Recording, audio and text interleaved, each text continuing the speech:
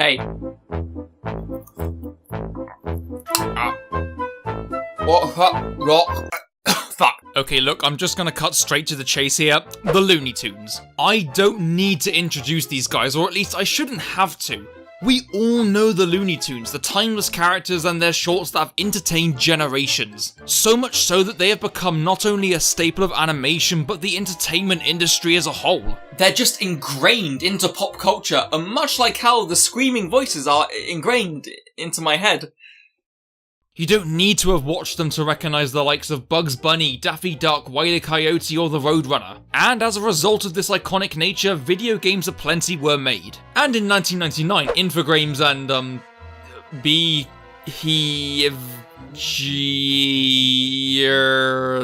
something French, blessed us with Bugs Bunny Lost in Time. Not only one of my favourite PlayStation 1 games ever, but one of my favourite games ever, period. Yeah, I know, a fucking Looney Tunes game of all things.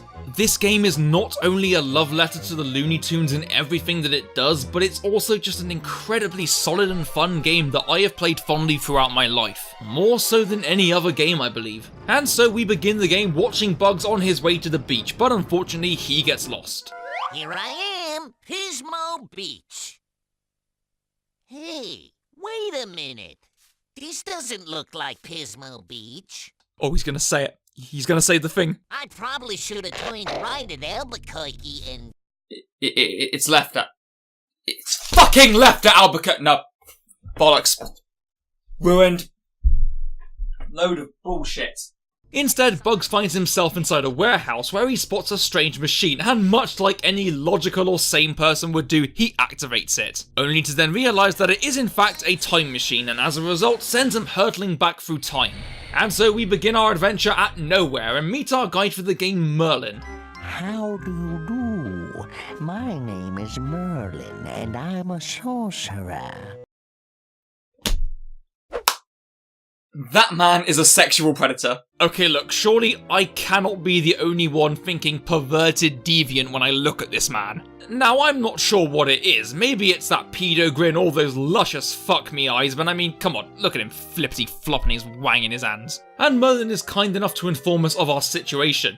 It seems that you are lost in time, my dear. Oh, he said it. He explains that we must collect clocks throughout time to progress until we eventually gather enough to return to the present. And so with that, we begin our tutorial in nowhere. Here we have to gather 10 golden carrots while learning our moveset by abusing Merlin's apprentices via head trauma, pelting apples and heart attacks. And through this we learn how to tackle different enemy types. You can jump on smaller enemies' heads, quite literally crushing their entire skeletal and organ structure in the process. Whereas we make these larger tubby fucks run around until they're tired, leading to the most goddamn stupid thing I've ever seen.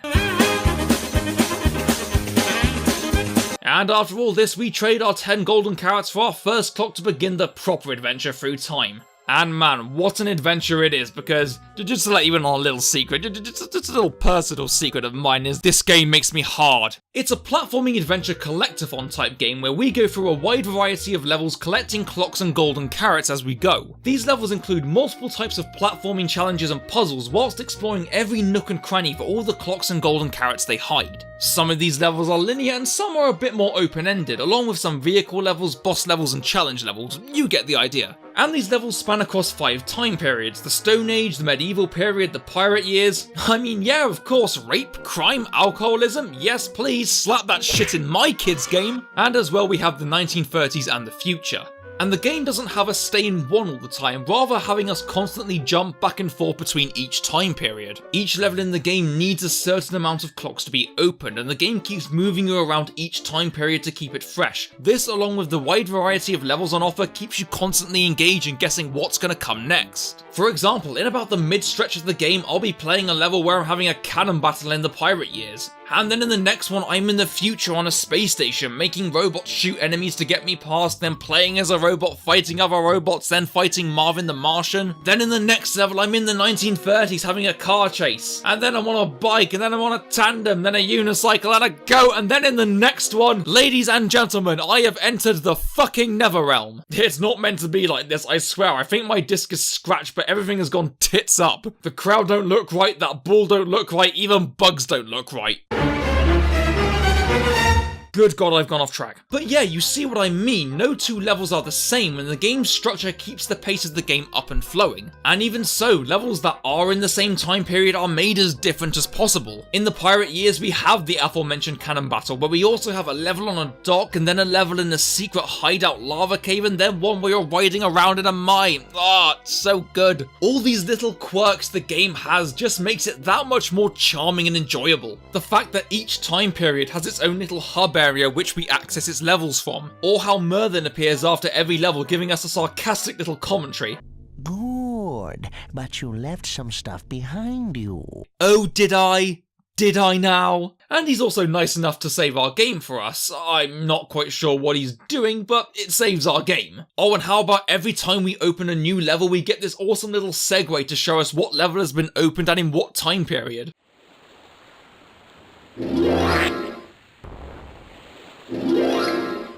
Oh man, it's all just pure boner fuel. And the charm is only extended in the game's presentation and soundtrack. Are these the best graphics on the PS1? No. Is this the best music on the PS1? No. But they are both very good, and more importantly, they are 100% Looney Tunes. While admittedly rather jagged, the graphics capture the cartoony and sketchy look of the shorts while allowing plenty of colour and vibrance to pop out. And the soundtrack feels very suited to the cartoony atmosphere while being appropriately fitting to each time period and situation. And I mean, just the whole dedication to the Looney Tunes style in this game is admirable. Almost every level in this game is based off a specific Looney Tunes short, complete with its own title card as a loading screen. Hell, even the opening cutscenes are sometimes shot-for-shot remakes of the short that level is based on. The character designs are spot on, and each one is animated very well to move exactly like they would in the cartoons. And the characters are made good use of here. Each of Bugs' enemies are allocated to a certain time era, such as Marvin the Martian in the future, or Rocky and Muggsy in the 1930s. You even have Daffy sprinkled around a couple levels here and there, and even a few appearances from some smaller characters as well. The game is also filled with a ton of visual and audio gags that all again borrow from the shorts. For example, like this piano gag here that continues a long-running joke from the Looney Tunes.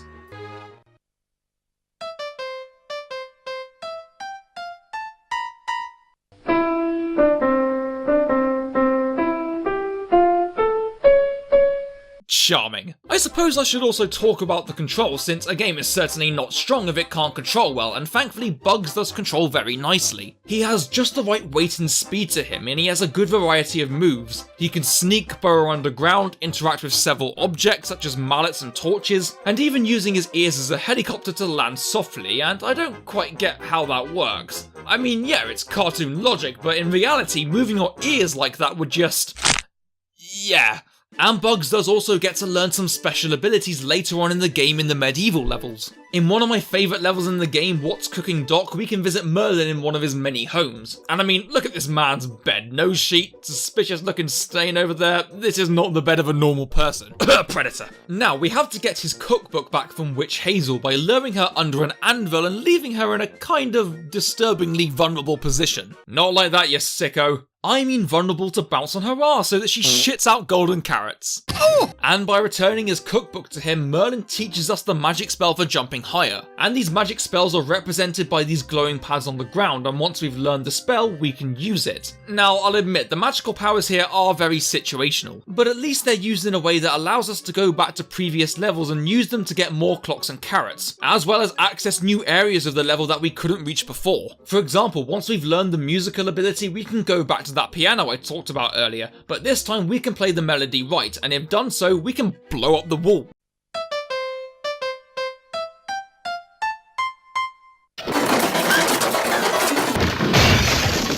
I mean, of course, when I play it correctly, bad things happen.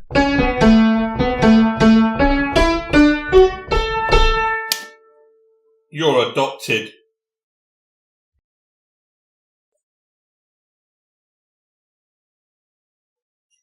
And we also get to learn more abilities in this level, the Carrot Henge Mystery. Or at least I would if I could get up this damn mountain, but something is pushing all these rocks off the edge trying to fucking kill me.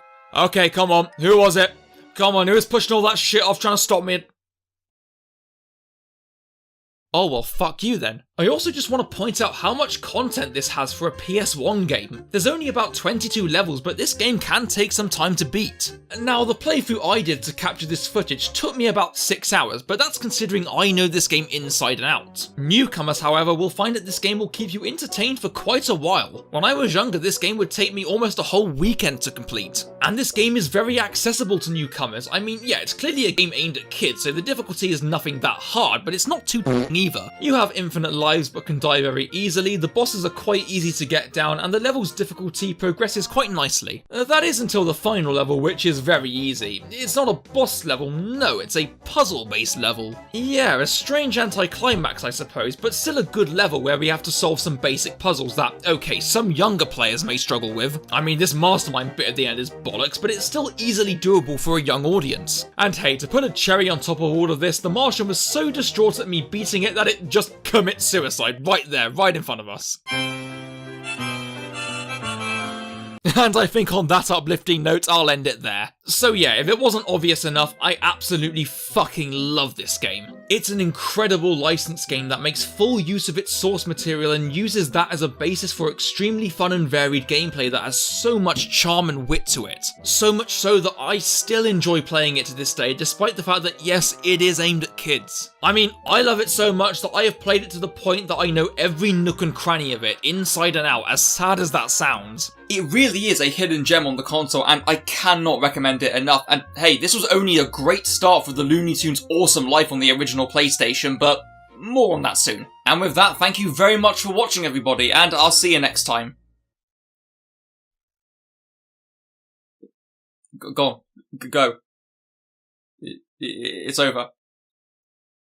That's it. That's it. It's the end. No more. Go on. Go on. Go do whatever it is that you do. Don't mind me. I'll just stay here and probably do nothing.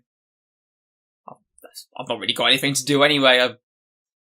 All my family are out and all my friends are at university and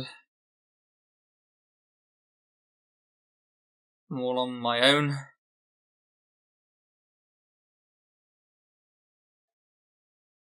I'm really lonely.